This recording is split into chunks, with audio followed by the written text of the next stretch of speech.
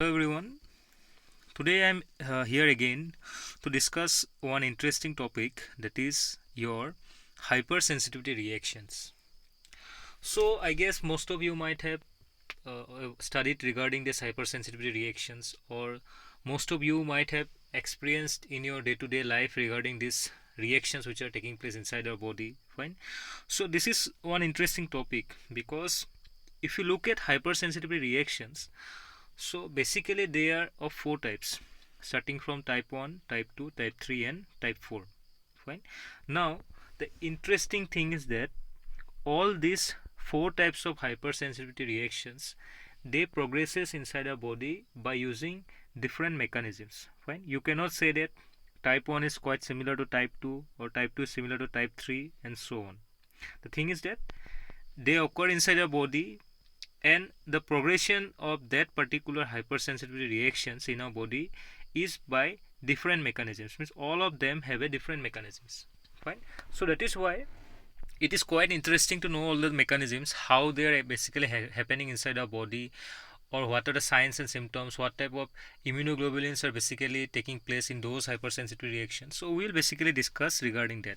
Fine. So today basically I am going to discuss regarding your hypersensitivity reaction, that is your type 1. Fine. So today we will basically look at the type 1 hypersensitivity reactions. Fine. And gradually we will go on type 2, type 3 and type 4. So let us start the topic now. If you look at hypersensitivity reactions, so it is also known as your intolerance. Fine. Simply you can say that is an intolerance, which is some undesirable reactions which are produced by the normal immune system. Fine. The thing is that your immune system is working properly in the normal conditions. Fine. You are not having any inflammation, you are not having any allergic response, so your immune system is now working properly. Fine. But sometimes what happens, the same immune system sometimes produces some undesirable reactions. Fine. Your body's own immune system is producing some undesirable reactions now. Fine.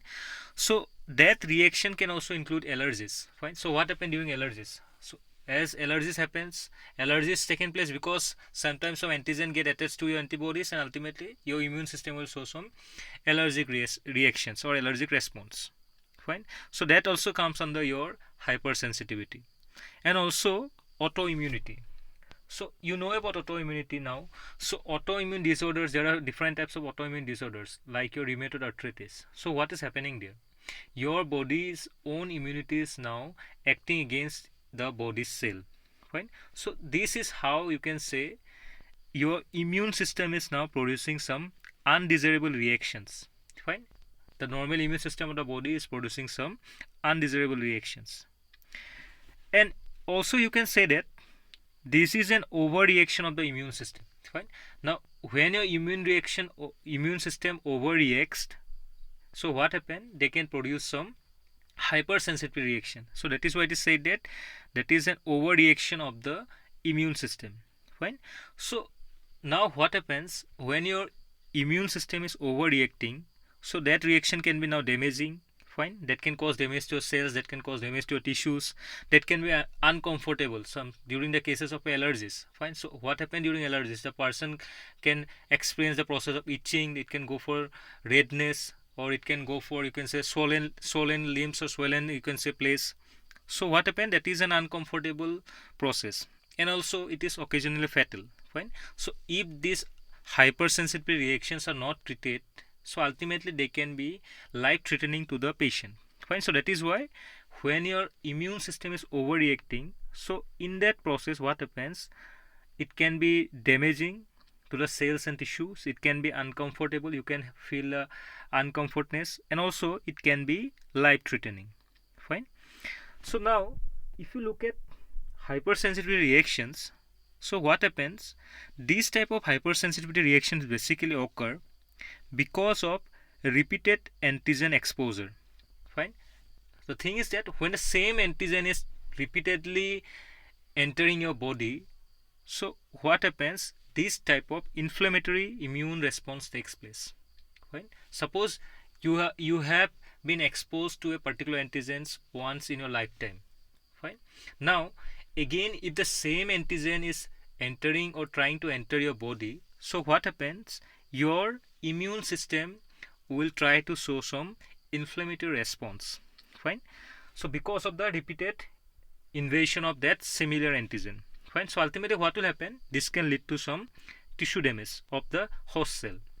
So that is the meaning of this line. Fine. So now these type of reactions, basically what is happening when there is an antigen invasion, ultimately what will happen? You will have some antigen antibody reactions, or you can say antigen antibody complexes. Fine. So the reactions which are initiated by antibodies or antibody antigen complexes, these are known as your immediate hypersensitivity. Fine. So basically you can say, if you look at the 4 classification, beside that we can simply classify hypersensitivity into 2 types depending on the response which is provided. One is immediate hypersensitivity, one is your delayed hypersensitivity. Fine. So the reactions which are initiated by antibodies, ultimately leading to your antigen antibody complexes, so these type of reactions are called immediate hypersensitivity. Means immediately when the antigen enters your body, the antibody will try and they will form some antigen antibody complex, and the response will be immediate now. So that is why it is known as your immediate hypersensitivity. So similarly, those reactions which are initiated by cell mediated response. Fine. So again there are few cells like your, you can say the defense cell, they can show some response. Fine. So those which are initiated by some cell mediated response, these are under your delayed hypersensitivity. Fine. So now you can have the difference here. Immediate means which is occurring instantly. How it is occurring instantly? Because there is an invasion of antigen, the antibody will come and it will get complex with the antigen and it will form a immediate hypersensitivity reactions. But those which are produced by some cell mediated response, so those types of reactions are your delayed hypersensitivity. So this is about few things which you need to know regarding your hypersensitivity reactions. So we have a basic classification which was given by Gell and Coombs. Fine. So this is a classification which is being followed everywhere. So based on the classification, we can say that there are 4 types. Fine. First one is type 1, second is type 2, third is type 3, and last one is type 4. Fine. So based on the classification is given here, you can see this picture also defines as the mechanism. Fine. How basically the reactions are taking place inside our body. Fine. So if you look here, in type 1 we have a division of allergy and atopy. Fine. In type 2, that is your antibody mediated hypersensitivity reactions. Fine. Type 3 is now immune complex mediated hypersensitivity. And finally type 4 is your delayed type hypersensitivity reactions. Fine. So as today in the topic we are basically focusing on type 1, so we will basically look at how the type 1 reactions are taking place inside our body. Fine. So this is about all the classification, what are different types of classification. So this is about the classification of your hypersensitivity reactions. So let us look at today's topic now, that is your type 1 hypersensitivity reactions. Fine. So now if you look at type 1 hypersensitivity reactions, that is also known as your immediate hypersensitivity reactions. So type 1 is basically your immediate hypersensitivity reactions. Fine. So now this is an allergic reaction which is provoked by re-exposure to a specific type of antigen which is known as allergen. Fine. Now you can simply say an allergen to be an antigen if it is producing some allergic response. Fine. There is no other definition of allergen. Fine. An allergen is also an antigen when it is producing some allergic reactions or allergic response. So now as type 1 is immediate hypersensitivity reaction, so these type of reactions occur basically because of the re-exposure to the specific type, means the type of antigen should be same and it should be specific. Fine. So that re-exposure of that specific antigen will cause this immediate hypersensitivity reactions. Fine. So this reaction is always rapid and it occurs within minute of exposure to antigen. Fine. So as it is an immediate hypersensitivity reaction, so these type of reactions are always rapid. Fine. So instantly when there is, you can say, exposure or invasion of that particular antigen, so what will happen? The reaction will be occurring inside your body, or your immune system will show this type of reaction. Fine. Now the important thing here is that this type 1 hypersensitivity reaction basically involves the immunoglobulin, that is IgE. Fine. So because of involvement of IgE, so we can say it involves IgE mediated degranulation of basophil or mast cell. Fine. So we have basically discussed regarding your immunoglobulin. Fine. So when IgE immunoglobulin binds to the Fc receptors of mast cell or basophil cell, what happens? Degranulation of mast cells takes place. Fine. So that degranulation of mast cells leads to the release of some, you can say, mediators or inflammatory mediators. Fine. So ultimately that inflammatory mediators will show the inflammatory response.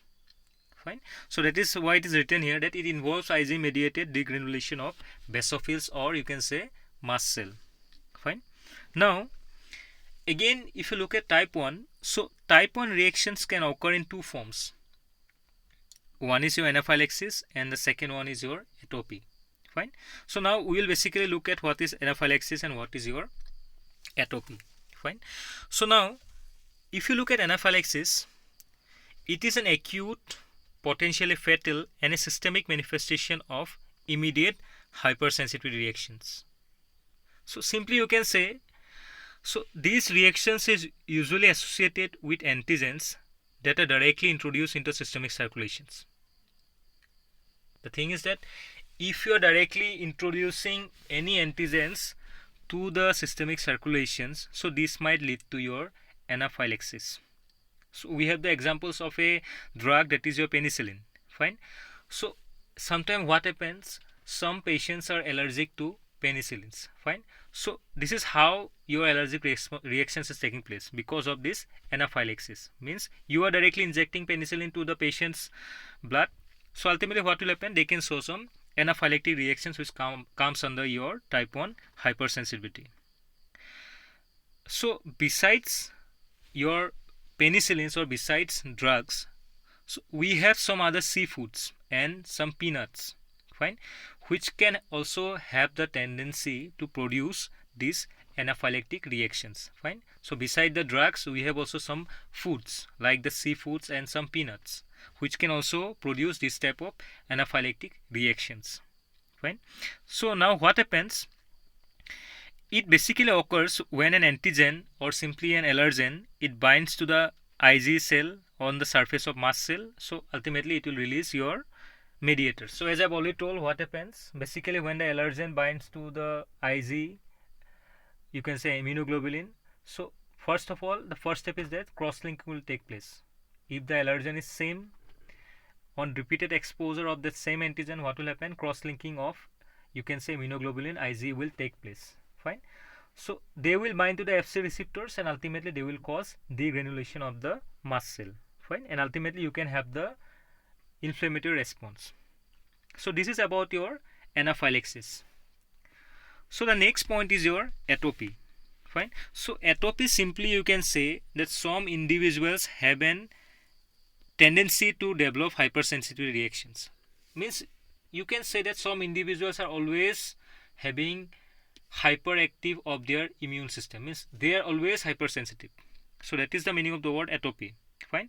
So some individuals, they have an obvious tendency to develop hypersensitivity reactions. So the term atopy is basically used to designate this type of tendency of some individuals, means those individuals which are always hyperactive or hyperreactive. Fine. Means the immune system is always hyperactive. So those type of individuals comes under your atopy. Fine. So simply you can say atopy is a recurrent, non-fatal and local manifestation of immediate hypersensitivity reactions. Fine. And this atopy is localized to specific tissues. Fine.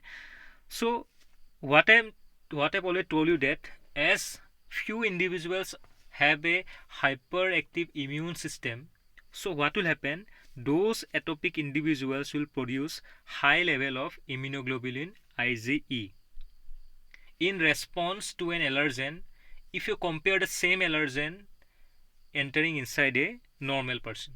Fine. Why they are producing more amount of IgE? Because those persons immune system is always hyperactive. Fine. So that is why the amount of IgE produced will be very high. So as we already know that in case of immediate hypersensitivity reactions, the immunoglobulin which is mostly expressed is your IgE. Fine. So those atopic individual will produce high amount of IgE in response to an allergen as compared to another normal person. Fine. So if you look at the common example of atopy, we have asthma, we have rhinitis, and we have atopic dermatitis. Fine. So simply you can say some patients are highly, you can say, sensitive towards your allergic dust. Fine. As compared to some normal individuals. So when they go outside to some dusty place, so ultimately what will happen, they will suffer from some breathing problem. Fine. So that you can say that you can differentiate from a normal person to an atopic person. Fine. So atopy, simply you can say those persons whose immune systems are highly sensitized. Fine. So this is the meaning of the word atopy. Now this is a flow chart which is basically very much essential for you to understand about the pathogenesis of type 1 hypersensitivity reactions. Fine. So first of all, you make a look about the according to the flow chart. So the things are common. You can see the allergen which is by coming to the cells. For that APC is your antigen producing cell or antigen presenting cell. We have the T helper cell, we have the B cell, we have the plasma cell which are producing IgE antibodies. Fine. So that IgE antibodies is now binding to the Fc receptors on the surface of the mast cell, or you can say the basophil cells. Fine. So as we already know, the mast cells and basophil cells are rich in granules. Fine. Now again, based on the re-exposure of the same antigen or same allergen, you can say that cross-linking of these IgE antibodies will take place, and ultimately they will cause degranulation of the mast cell. So based on degranulation, what is released here? Histamine, leukotrienes, and other mediators. Fine. So here I need to tell you something, that you don't get confused regarding allergen and antigens. Fine. So simply you can say an allergen to be an antigen which is producing some allergic response. When an antigen is producing some allergic response, so that is termed as allergens. Fine. So this is about the schematic representation of the pathology or pathogenesis of your type 1 hypersensitivity reactions. Fine. So let us discuss regarding the pathogenesis now. So basically, if you look at type 1 hypersensitivity reaction, it is a two-step process. Fine. So again, if you look at the diagram here, so you can see here that it is clearly mentioned regarding first exposure and re-exposure. So you can say this is a two-step process. Fine. So what is happening here? It is as it is an IgE mediated response. So basically what will happen, your immunoglobulin which will be more expressed in type 1 hypersensitivity reaction will be your immunoglobulin IgE. Fine. So basically what happens, on exposure to the antigen, the T helper 2 cells which is specific to the antigens are activated. Fine. So means during the first exposure, what will happen, the T helper cells will be activated. Fine. So basically T helper one cell will be produced. Fine. And they will lead to the formation of T helper 2 cell. So this is not shown basically here because that is a not such an important process. So that is why what I'm trying to say here, that during the first exposure, what will happen, T helper 1 cell will be activated and this will form T helper 2 cells. Fine. So the T helper 2 cells will now release interleukins 5 and interleukin 4. Fine. Now these interleukins, what they will do, they will now stimulate the beta cell along with the plasma cell to release IgE antibodies. So again I'm repeating what is happening during the first exposure of the allergen. The allergens are expressed by the antigen presenting cell. Fine. So when the allergen binds to this APC, what will happen? T helper cell will be activated. Fine. So this T helper cell will release T helper 1 and T helper 2. Fine. Again, T helper 2 will release interleukins, that is interleukins 5 and interleukin 4. So these interleukins, what they will do, they will stimulate the beta cells along with the plasma cells to release, you can say, the immunoglobulin, that is IgE. Fine. So now as immunoglobulin Ig is released, so what will happen? They will bind to the specific receptor, that is Fc receptor, which is present on the surface of the mast cell. So that is occurring during the first exposure. Fine. So now again, if the same allergen is repeatedly trying to enter your body, so what will happen? Your memory cell will try to recognize the antigen, or you can say the allergen. That allergen has invaded your body somewhere or sometime during your lifespan. So once the allergen is same now, what will happen? They will directly bind to the Ig receptors or Ig immunoglobulin, and they will cause cross-linking of the Ig molecules. So ultimately, you can see here on re-exposure what is happening. Directly cross-linking is taking place and it is leading to degranulation. So now if you look at the point here as it is written here, so Ig binds to Fc portion of mast cell and basophil cells with high affinity. So we already know that Ig immunoglobulin will directly bind to the Fc cells or Fc receptor of the mast cell and basophil cell.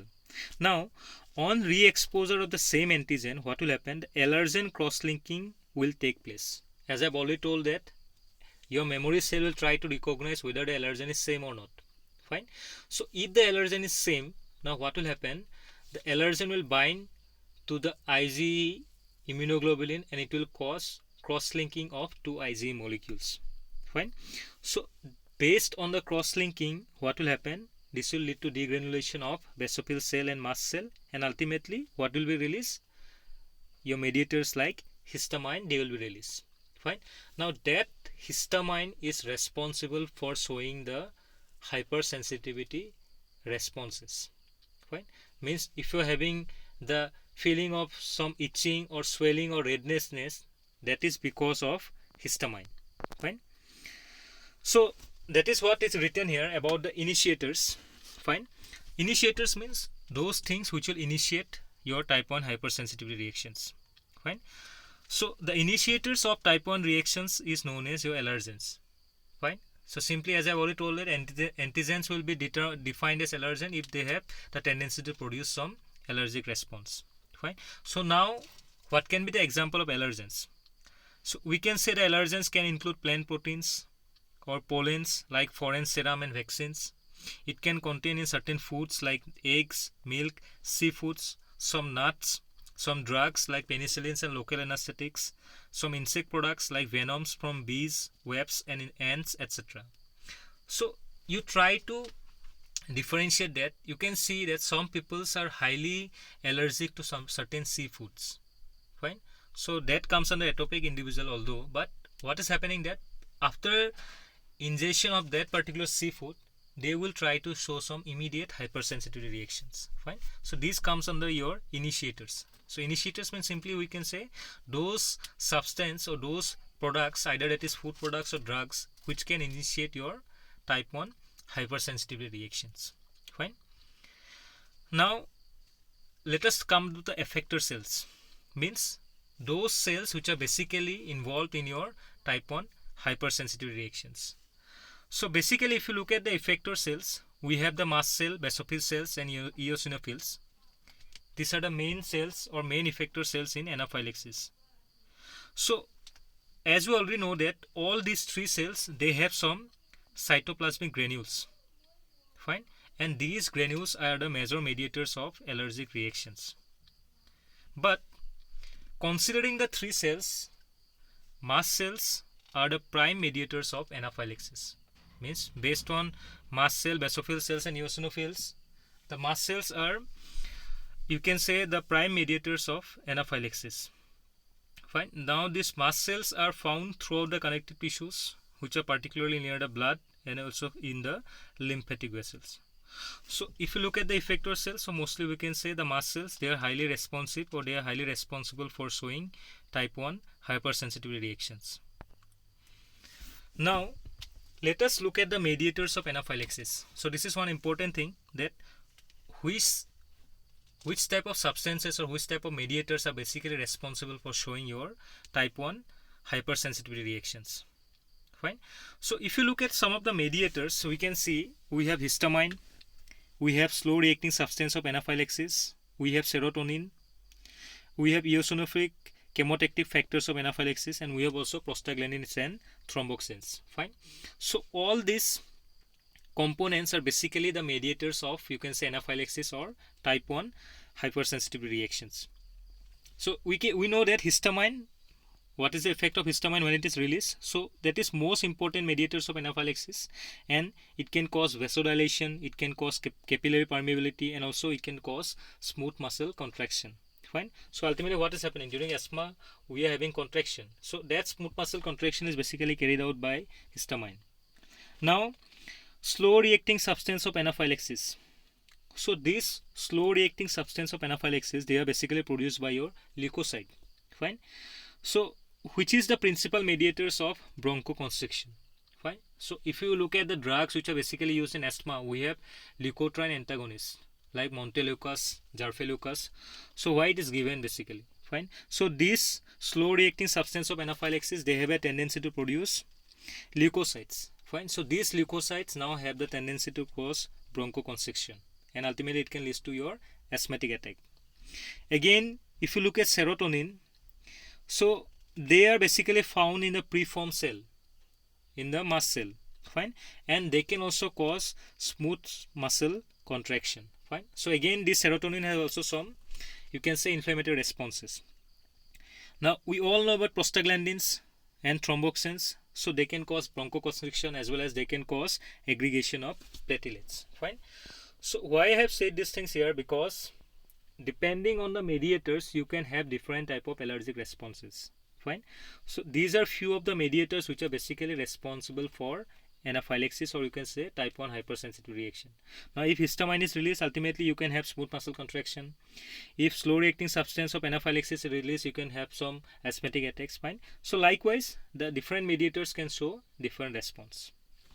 So I guess you have a you can have a clear view regarding type 1 hypersensitivity reactions, or simply you are basically aware about what is the pathogenesis or how they are basically happening inside your body. So simply you can say it is an immediate type of hypersensitivity reaction which is basically occurring because of the repeated exposure of the same antigen. Fine. And it is basically a two-step process. So why it is two-step process? Because initially what happens when the allergen is basically entering your body, what will happen? Your T helper cells will basically, you can say, stimulate the, you can say, beta cell or the plasma cell to release immunoglobulin E. So you have to keep in mind that immunoglobulin E is responsible for immediate type of hypersensitivity reactions. Fine. So when immunoglobulin E are released, so during the first process, what will happen? They will bind to the Fc receptor of your mast cells or basophil cells. Now again, if the same allergen is re-entering your body, what will happen? They will directly bind to the IgE molecules and they will cause cross-linking. So on cross-linking, what is happening? Basically, this will cause degranulation of the mast cells or basophil cell, and ultimately what will happen? They will release some inflammatory mediators. So that process is very fast. So that is why it is known as immediate hypersensitivity reactions. Fine. So that is about the topic here. So in the next part, again I will come with the other types of hypersensitivity reaction, that is type 2, type 3 and type 4. So thank you all.